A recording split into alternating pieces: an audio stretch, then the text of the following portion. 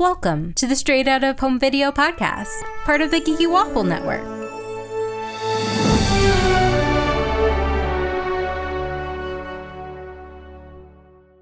Today we're talking about Beauty and the Beast, the Enchanted Christmas. Again, I'm Candace, and with me is my co-host, Arezou. Hey, Arezou. Hello. So last time, Brie and I talked to Patty from No Guilt Disney podcast, and we found out later this is like Arezou's favorite of the movies on our list to cover. And she has things to say. And honestly, this is the one I watched the most as a child, other than like King of Thieves, because that is a classic. Yes, 100%. But yeah, Arezou, what are your feelings about Beauty and the Beast, the Enchanted Christmas? Okay, so like you, this was, I think, my most viewed. It was this one and King of Thieves. Like, those were those two that really stuck out. Because even Return of Jafar, I didn't love. So it was this one and King of Thieves. But like, I love Christmas. I love Christmas movies. And this one to me felt like the most of the sequels, not counting King of Thieves, but this one felt like super emotional to me as an 8-year-old.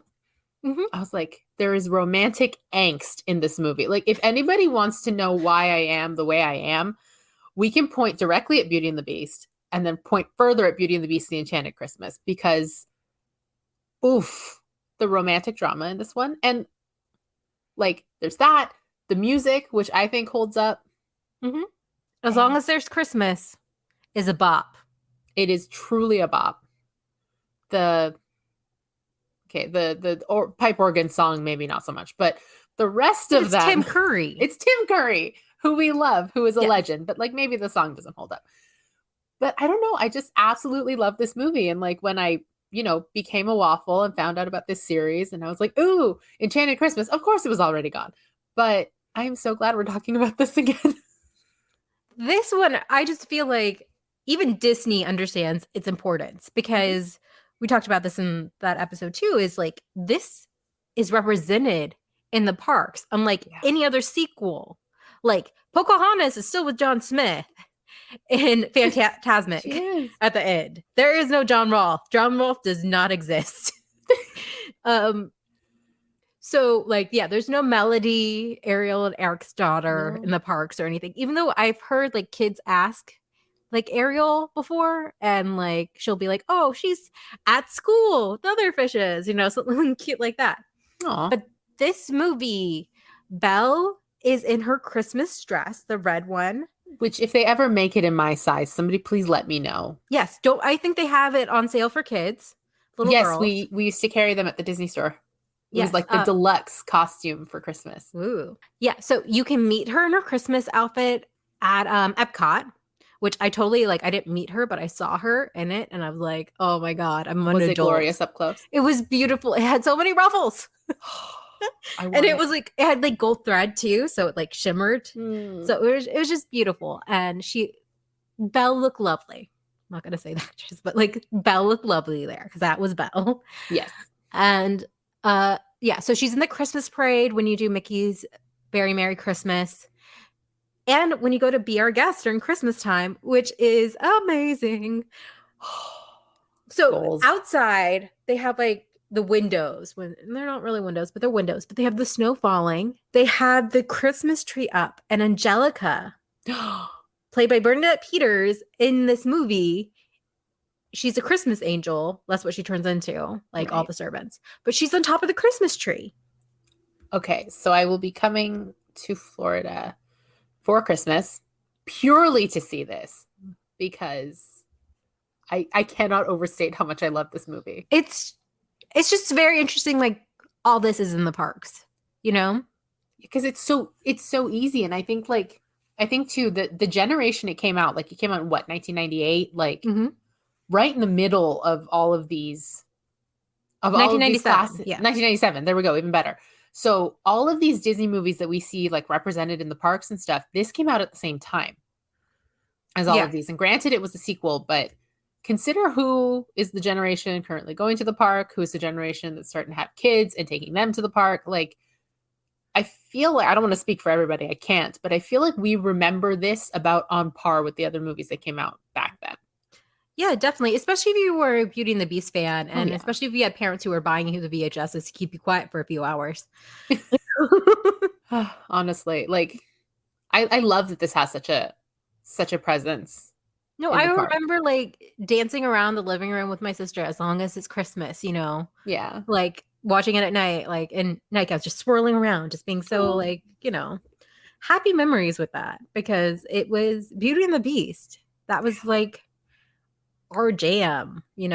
I I remember like being a kid and seeing the story song Yeah. that Belle sings, and like just the animation there because it was so different from the rest of the story because it all looked like storybook pages and like a different kind of illustration and whatever. Just thinking that that part in particular was so beautiful because it like, really jumped out as being like the fantasy within the fantasy. Hmm. Which again, if you ever want to know why I wound up the way I did, please watch this movie. It explains so much It's your about me as a origin person. story.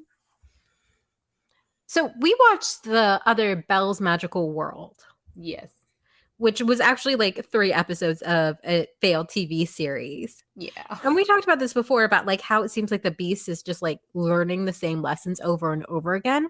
But I Mhm. feel like it's more forgiving, like with this one, maybe because we watched it as kids and also like, Yeah, I think we are more forgiving of this because of when we saw it, because we saw it as kids, because we are told that this is set during Beauty and the Beast, and also I think it builds on it because the Mhm. point this is set is after the wolves, I'm guessing, Yeah, before the library. yeah, because So it's it's like such a yeah, it's after she like she's allowed to leave her room, you know. yeah, like she She could actually wants to go out into the palace. So yeah. they've got that loose understanding from the wolves, but one rescue does not a romance Yeah. make. So, they've kind of got like, okay. I think Mrs. Potts actually says that. Like they'd started to become friends after that. But he's also been a beast for 10 years and doesn't know how to talk to people. So this movie He's is him like learning to talk to people. he's also like 20 Yeah, like let's be and fair. never talked But to a girl before. and suddenly a very pretty girl is living in his house and he's like, I'm just gonna give her the whole library. He's like, Just oh. panicking.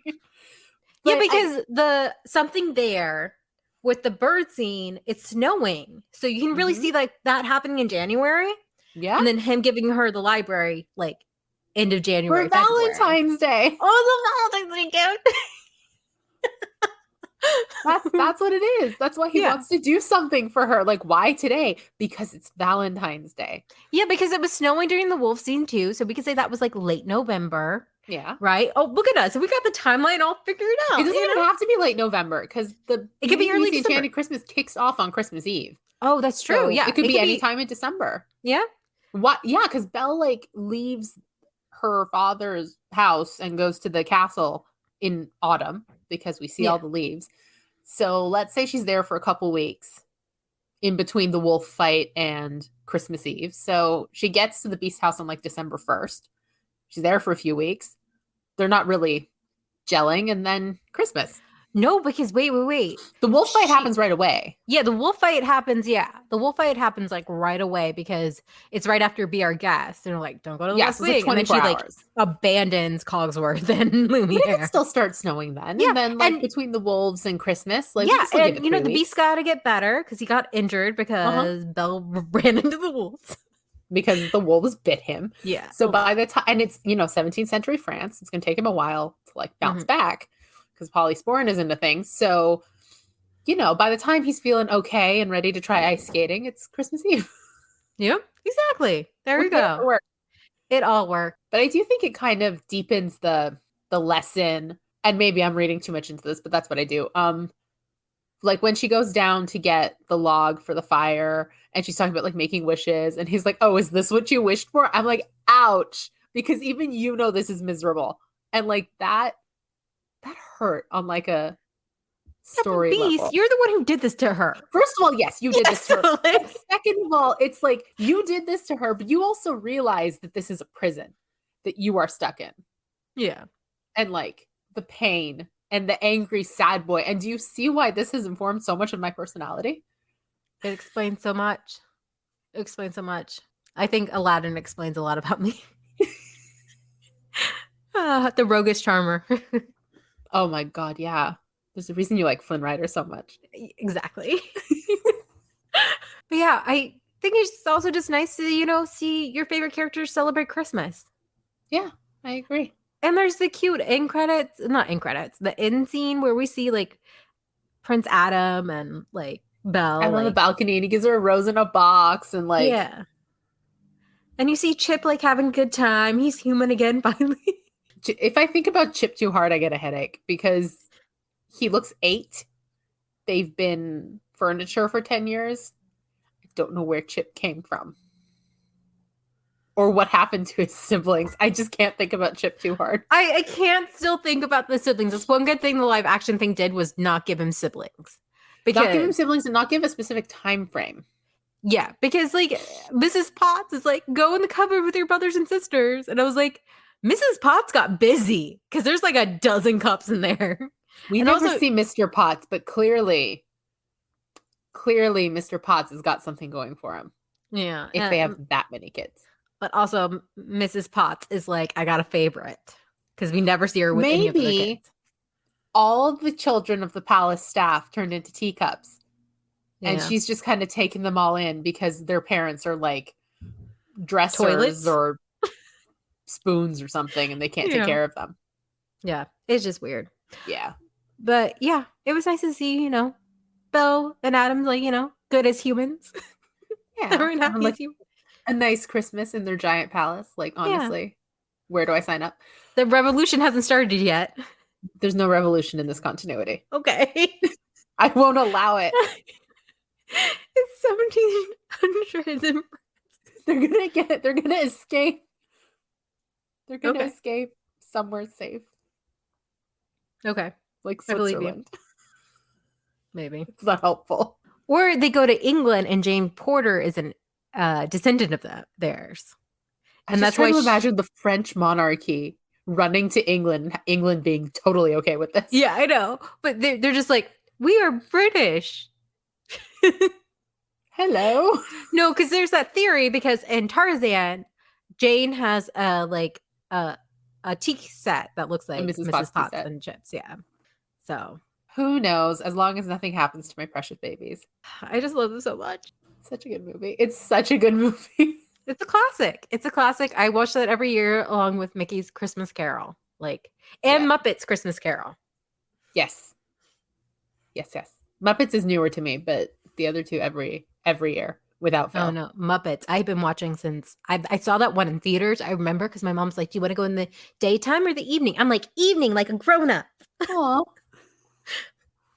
Did that last, or did you fall asleep? No, I was awake, especially when like the Christmas Future came up, and I was like, "Oh no!" Waking nightmare. Yes, my childhood nightmare right there.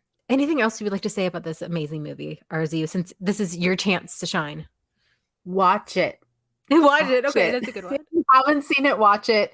If you have seen it, watch it again. I can't say enough about it without just turning into like fangirl rambling. But honestly, it's like fan fiction.